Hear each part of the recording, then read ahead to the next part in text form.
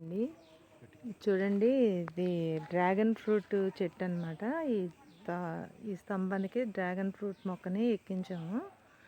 చూడండి ఎంత బాగుందో, బాగా బలంగా వచ్చిందనమాట. నేల మీద వేసాం అనమాట. చూడండి ఒక ఫ్రూట్ వచ్చింది. అయితే మాకు కోతులు ఉంటాయన్నమాట. కోతులు చూడకుండా జాగ్రత్తగా పైన ఏదన్నా కవర్ చేసాము. దానివల్ల ఈ ఫ్రూట్ చూడగలుగుతున్నాం. లేకపోతే ఈ పాటికి ఈ చెట్టుకి 4-5 పిందెలు వచ్చాయి, కానీ తినేసాయి అన్నమాట. కోతులు లాగేసాయి. ఫ్లవర్ కూడా చాలా బాగుంటుందండి. ఫ్లవర్ కూడా అది బ్రహ్మకమలంలాగా అనిపిస్తుంది అన్నమాట. దీని ఫ్లవర్ కూడా ఇంతకుముందు నేను ఫ్లవర్ కూడా పెడతాను, తర్వాత ఫోటో తీసాను.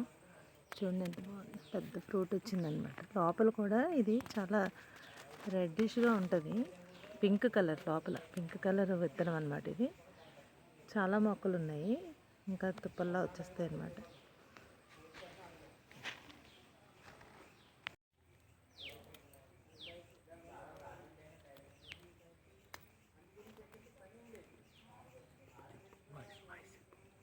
చూడండి ఎంత బాగుంది ఫ్రూట్.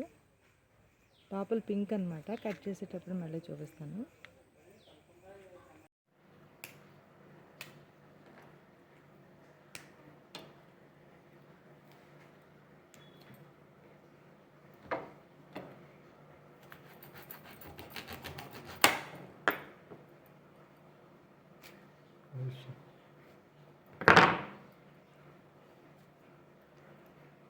చూడండి, ఇలా కూడా కొయ్యచ్చు.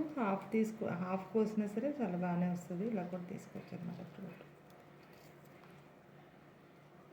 పింక్ చూడటానికి ఏదో కలర్ వేసినట్టు చూడండి ఎంత బాగుందో.